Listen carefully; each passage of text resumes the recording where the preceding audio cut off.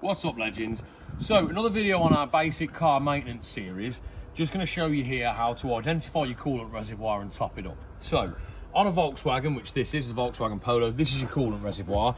You can see we've got a minimum mark and a maximum mark, and this one's only very slightly low, but still I want to make sure it's on the maximum level so I know I've got plenty of coolant in there. Now you can see on this Volkswagen one, it actually specifies G12 coolant. So there are various different types that you can buy. You have pre-mixed and you also have neat antifreeze that you can dilute yourself. So if you're not very experienced with this sort of thing, I would recommend a pre-mix because they're brilliant. You pour them in and away you go.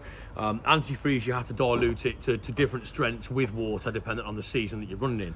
Now the reason that antifreeze and coolant is essential is if you run water in your coolant system without antifreeze and we get minus temperatures, all of that water that's traveling through your engine and coolant system can freeze solid into ice. The problem that brings about is it can split hoses, it can push out the engine core plugs, which are basically plugs in the engine in those areas to stop it cracking the engine.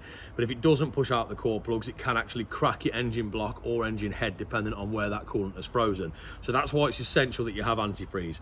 Now, when we've got a level difference like this, I can already see by the colour of that fluid that's red. So I know I've got G12 coolant in there already, and I'm only topping up a very small amount. So when it is just a very small top up like this, I will just use fresh water from the kettle,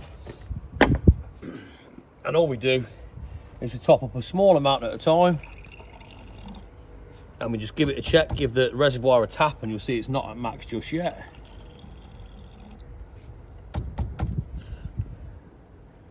Yeah, it doesn't need loads, this. It's literally, like I say, about half a cup.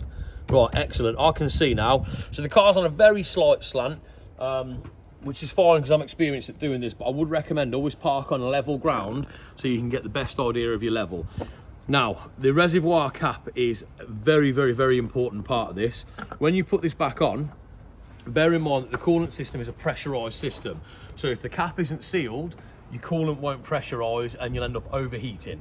It's a big issue because it won't circulate, you'll get air in the system. Now what you have to do is make sure that the cap is screwed down firmly, and most often you will find on most manufacturers there's like a final clunk or a click. You need to make sure it's done up all the way, and then your coolant system will pressurise absolutely fine. If you are getting severe coolant loss, that's time to take your car to a garage and have the engine checked out, because it could be a number of different things, from split coolant hoses to blown radiators to blown head gaskets. But during normal running operations, every so often you are going to have to top up just a little bit of coolant, and most modern cars now will let you know when it's low anyway, so then you can check it yourself on the expansion tank and top up as necessary. So I've put a link in the description to a few different types of antifreeze and coolant for you. So if you want a pre-mix, that'll be there. You can just click on the link and buy that from Amazon. And also I'll do a neat antifreeze one as well for the more experienced people out there, so you can also buy that and dilute it yourself. So that's it for now, guys. Take care and we'll see you soon.